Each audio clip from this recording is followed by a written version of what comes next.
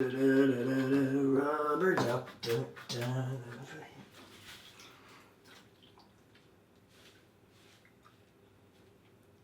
moment. Chad? Yeah? Quick question. Did you upload a video yet? I mean, no, I'm still waiting for... Yeah, like today. Not yet, why? Well, I get that, but like when you don't upload a video, people tend to get a little intrusive. Well, I know, but you've been using my camera the whole time. I know I had your camera, but you had all... You know what? Well, you're using the camera. Why don't you make a video? Never mind. Can you please upload a video so I can get back to being booyah-based, Chad? I mean, these people aren't even supposed to know me until season 2. Fine, I'm coming in. Thank you. Freaking... It's hard to find good help these days.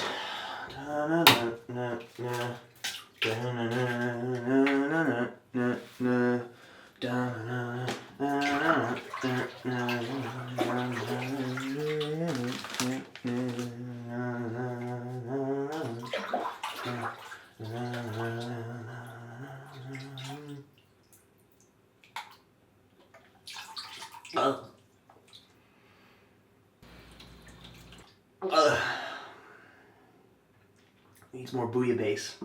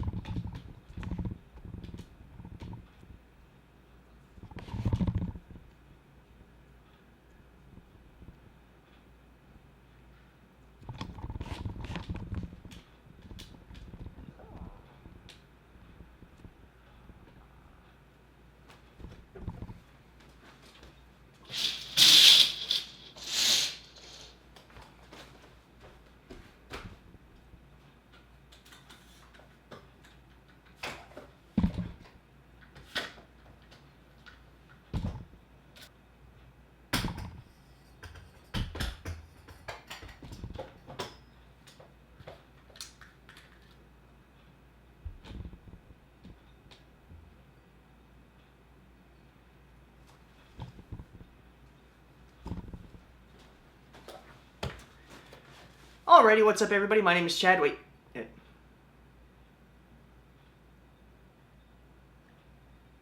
Oh, it's Wednesday. Hold on. Hey, what is up everybody? My name is Chad, and this week, that was the longest intro I think I've ever done.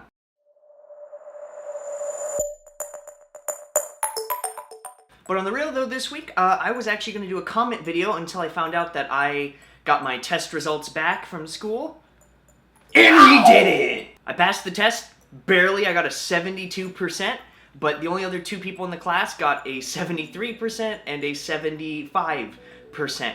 So it probably sounds worse than it actually is. The test was very, very hard. There's a kid in my class who's actually doing his master's dissertation, and he said that was the hardest test he's ever done. He's getting a master's degree, and that's like one of the hardest tests he's ever taken. So that should tell you something about how proud I'm feeling right now, and how stupid I am for not listening to you guys when you were saying such positive things. So for that, I apologize, and in which case I will be answering one of your comments now. Bang! This is it. This is the comment. Or this is just empty space and I have my hands open. Great question, quick question, and something I think I know a lot about because I am someone who has studied all of the Genki books and has done it in a language school in Japan and probably has some sort of good piece of information for you. Quick lesson in case you guys don't know anything about it. There are two, count them, two Genki books, Genki 1 and Genki 2. These books combined are derived to make up roughly your JLPT N4, which is considered by most people to be kind of the accumulation of beginner Japanese. Consider like the skeleton that comes before the meat, that is the intermediate level, and then the skin and clothes and nose rings that is the advanced level. It is your foundation work, and even though rough and clanky, it'll get you through what you need to get through. But will these books get you to a relative conversational fluency? No. No, they won't. There's no way in hell. However, it's not all doom and gloom. They have a purpose, but it's a different purpose than what you're giving them. I guess the best way I could probably put this is, why don't we just break the book down into its parts, huh? I guess let's focus on grammar. Does the Genki 1 and 2 books cover all the grammar on the JLPT N4 test? Yeah, pretty much. I mean, minus like a handful of things, so like 5 or less. And those 5 or less things, they're kind of minor. They're more or less how stuff is phrased and not necessarily like the meaning of the sentence. And those you pretty much pick up. I'm assuming if you're studying both of these books, you probably have some experience speaking with Japanese people. So those are the things you'll kind of pick up. It's usually kind of informal or it's kind of hard to explain. So on the test, I knew everything but probably 5 things, and those 5 things weren't like questions about like those grammar points. It was just they were a part of the bigger question, and just by context you can kind of figure out what it is, so it's not a big deal. I pretty much give the Genki books, I don't know, B+ when it comes to grammar. It's most everything you'll need. And pretty much on each section, I believe, of the JLPT, you just need to get 50% in every single category to pass. Or it might be 60%. I'm wrong often, but either way, I got a 72, so I have no idea. If you only study these books, I think you'll be okay. That's a big statement. Vocab. Is all the vocab on the test covered in these 2 books? Mostly? Mostly. I'm gonna say, oh man, 80%, give or take, covered in these books. There was a fair few words I didn't know, be it because I suck or whatever, but I knew every single word in these 2 books, and I still got about a 79 on there, and that's me almost perfecting every single one that I had.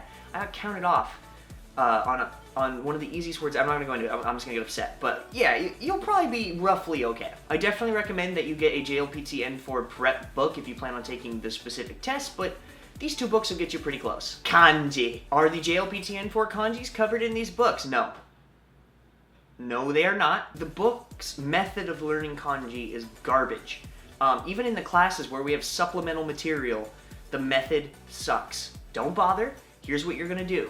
You're going to go out. The first day you start studying these Genki books, and you're going to buy 2 books. You're going to buy a book called Heisigs Remembering the Kanji Volume 1, and a book called Heisigs Remembering the Kanji Volume 2. First one teaches you what they mean, and the second one teaches you how to read it. And you're going to do them congruently. If you're doing this in a class, or, well, really anything, the best that you're going to be able to do is probably about 23 weeks to finish up the whole book. If you're studying at about a normal human pace, going through the Heisig method, by the end of those books, you should know 800-ish kanji and how to read them. You can thank me when you destroy that test and have people who are studying for the JLPT N2 jealous of you. Frankly, that's more kanji than you even need for the JLPT N3. So, like, good for you. Alrighty, the final bit I'm going to cover is listening practice. On the listening parts, well, I guess the CDs for this book cover it, and I think you guys know the obvious answer for that. Hell no. No, they won't. I am in a language school, in school 20 hours a week, studying 8 hours a day outside of class. I live in Japan. I have Japanese friends I talk to on the reg, on the daily. You need to stop everything. What are you doing with your life? I failed the listening section really badly. So if you're gonna tell me, oh no, it's cool, I'll just listen to anime. Nah, Chad, I got the CDs and listen to it every day. I'm good to go. But Chad, I watch all these Japanese YouTubers And man, they're subtitled in English, so anything I don't know, I'll just look at.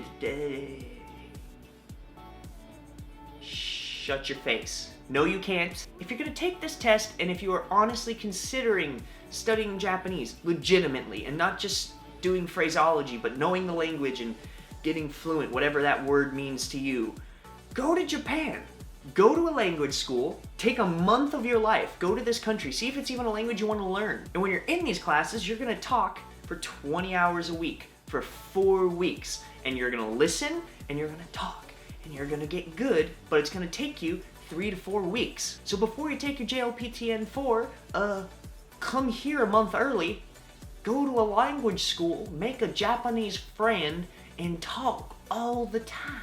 Listen all the time. And then when you take the test, you'll be like, Chad, why am I talking in this phony accent? I just wanted to learn Japanese. And that's because I have an international crowd, and an international crowd calls for a international accent. I'm not Chad, the crusher of dreams. I'm the Chad, bringer of reality. And like I said, this video is going to be a comment thing, so if you guys want to be on a comment video, if you have any questions I haven't answered yet, if you have any things that you want to be said to the rest of the reality bringing community, be sure to comment it down below. I'll actually search through this specific video as well as some of my favorite comments and questions from prior videos, and I will compile them and compound them into a Frankenstein monster of either severe aggression or severe politeness, whichever one happens to be the largest. And I'll make a new video, and that'll probably be next week or the week after. Or next week or the week after. I haven't decided yet. But anyways, if you guys like this video, be sure to like it down below. If you guys expect to see Booyah-based Chad in the future, I recommend subscribing, otherwise you won't find him. You'll get 2 videos every week. That's 4 videos. You'll be getting 2 videos every week, 2 videos every week, directed straight at your face that are about Japan, Japanese culture. Hey, can you get fluent in a year, Chad? Go into a language school? I don't know, older Chad. Let's ask Booyah-based Chad 2 seasons from now. All great reasons to subscribe. And just like normal, if you have any comments, compliments, be sure to leave those in the comment box down below. I do answer all of them, albeit now being on the other side of the world, it takes me about 15 hours to get back to, so I apologize for the lateness of some of my replies lately. That's about it for today. I will see you guys on Saturday. Expect fishing videos, expect still the live stream, figuring stuff out. Don't worry about it. Don't panic.